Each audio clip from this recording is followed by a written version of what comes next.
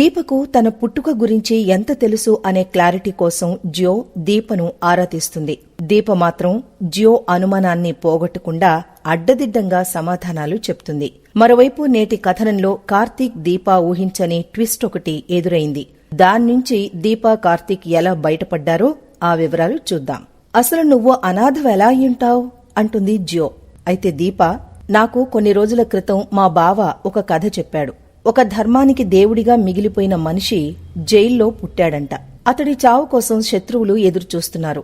పుట్టిన బిడ్డను చావుకి అప్పగించడం ఇష్టంలేని ఆ తండ్రి దూరంగా తీసుకువెళ్లి వదిలేశాడు అంటూ శ్రీకృష్ణుని కథ చెప్తుంది దీప. వెంటనే జ్యో, అంటే నీ కన్నతండ్రి నిన్ను వదిలేసి ఉంటాడంటావా అంటుంది అనుమానంగా. ఏమో, మా నాన్నకున్న శత్రువులే నన్ను చంపాలనుకోవచ్చు కదా, ఆ దేవుడి దయవల్ల నేనా చావు నుంచి తప్పించుకుని ఉండొచ్చు కదా అంటుంది దీప.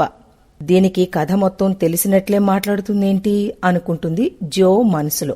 లేదా ఇంకెలా అయినా జరిగుండొచ్చు, కాని నేనైతే బతికాను, నన్నొక మనిషున్న మనిషి చేరదీశారు అంటుంది దీప వెంటనే.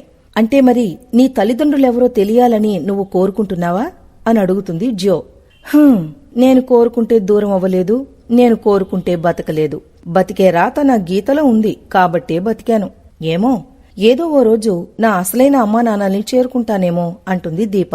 వాళ్ళెక్కడుంటారో తెలియనప్పుడు వాళ్లని నువ్వెలా చేరుకుంటావు అంటుంది జ్యో భయపడుతూ. ప్రపంచం చాలా చిన్నదమ్మాయి గారు, ప్రాణం పోసిన బంధాలు దూరంగా ఉండవు, దగ్గరగానే ఉంటాయి.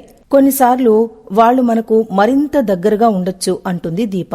ఇదేంటి అంతా తెలిసినట్లే మాట్లాడుతోందే అని జ్యో కంగారు పడుతుంది. దీప మాట్లాడుతూనే ఉంటుంది, కాని మనకు తెలీదు కాబట్టి వాళ్లే మన అమ్మా నాన్న అని మనం పోల్చుకోలేం.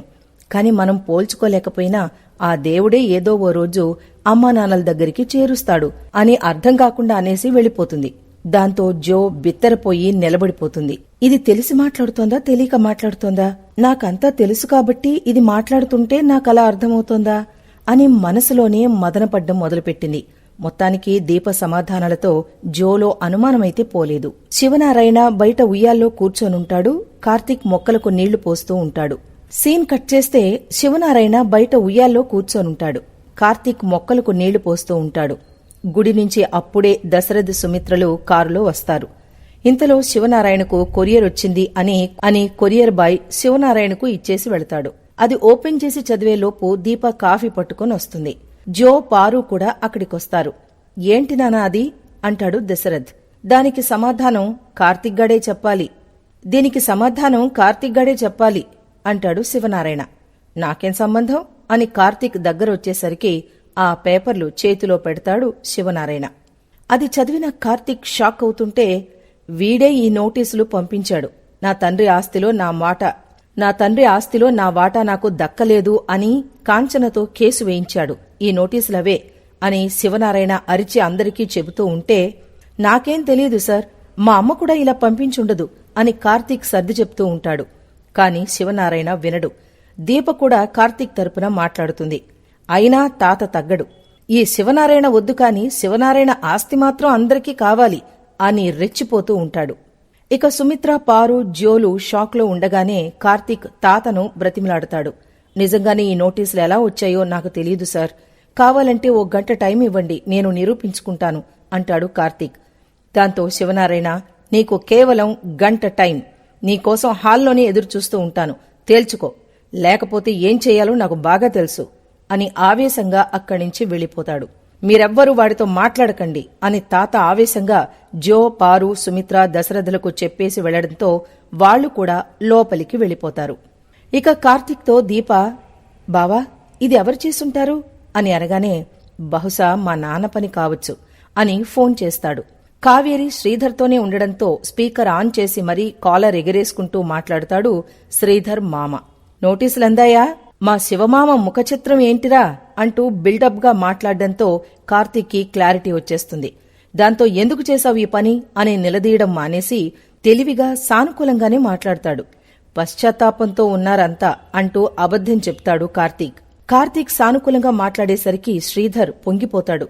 మీరుగాని ఇక్కడికి రాకండి మాస్టారు అని కార్తీక్ అనేసరికి, లేదు వెనుకుండి నేను ఎంత కథ నడిపించినా నువ్వు చిన్నపిల్లడు కాబట్టి ఆ శివమామ ఎంతో కొంత ముట్టజెప్పి కేసు నుంచి తప్పుకోవాలి అనుకుంటాడు. నేనుంటే అంతా కరెక్ట్గా మాట్లాడతాను. వస్తున్నా, ఫోన్ పెట్టే అని కట్ చేసి శ్రీధర్ బయలుదేరబోతాడు. అంతా విన్నాను, ఇది కరెక్ట్ కాదు, అక్కడికి మీరెళ్లొద్దు అంటుంది కావేరి. పెళ్ళా మాట వినడు ఈ శ్రీధర్. వెళతాను, దూసుకుపోతాను అంటూ బిల్డప్ గా బయలుదేరతాడు. ఇక శివనారాయణ ఆవేశంగా హాల్లో ఉంటే కార్తీక్, దీప వెళతారు. నోటీసులు మేం పంపలేదని నిరూపించుకునే అవకాశం దొరికింది పెద్దసారు అంటాడు కార్తీక్. పారు, జో, సుమిత్ర, దశరథ్ అంతా అక్కడే ఉంటారు. ఎంత చెప్పినా కార్తీక్, దీపలను నమ్మడు తాత. దాంతో కార్తీక్, మా తప్పులేదని తెలియడానికి ఇక్కడికో గొప్ప వ్యక్తి రాబోతున్నారు అంటాడు. ఎవరో ఆ గొప్ప వ్యక్తి అంటుంది పారు. నేనే అంటూ ఎంట్రీ ఇస్తాడు తోపు మామ. ఇక రావడమే డైరెక్ట్ గా లోపలికొచ్చి సోఫాలో కాలు మీద కాలేసి కూర్చుంటాడు. ఇక అక్కడే ఉన్న జో, పారులు చెవులు కొరుక్కుంటారు. ఇక శ్రీధర్ మామ బిల్డప్ పొగరు చూసి శివనారాయణకు కోపం వస్తుంది బాగా. అయితే కార్తీక్ కూల్గా, సార్ నాకు టైం ఇచ్చారు, ఆ టైంలోనే నిరూపించుకోవాలి కదా, కాస్త ఓపిక పట్టండి అని చిన్నగా రిక్వెస్ట్ చేస్తాడు. ఇక శ్రీధర్ అందుకుంటాడు. జూబ్లీహిల్స్ లో 1000 ఎకరాలు, మామిడి తోట మాకు, హోటల్లో 40% మాకు అంటూ లెక్కలు చెప్తూ ఉంటాడు. అప్పుడే శ్రీధర్తో నిజం కక్కిస్తాడు కార్తీక్. ఈ కోర్టు నోటీసులు నేనే పంపాను, కాంచనకు వీడికి ఏం తెలీదు, మొత్తం క్రెడిట్ నాదే అంటాడు శ్రీధర్. పారు జ్యోతో, చూసావా ఈ కార్తీక్ గాడు మనల్నే కాదు వాళ్ల నాన్నను కూడా వాడేసుకుంటున్నాడే అంటుంది. మొత్తానికి కార్తీక్ తాత ఇచ్చిన గడువులో నిజాన్ని నిరూపించుకోగలిగాడు. మరి శ్రీధర్ మామకు ఎలాంటి ఝలక్ ఉండబోతోందో తరువాయి భాగంలో చూసేద్దాం.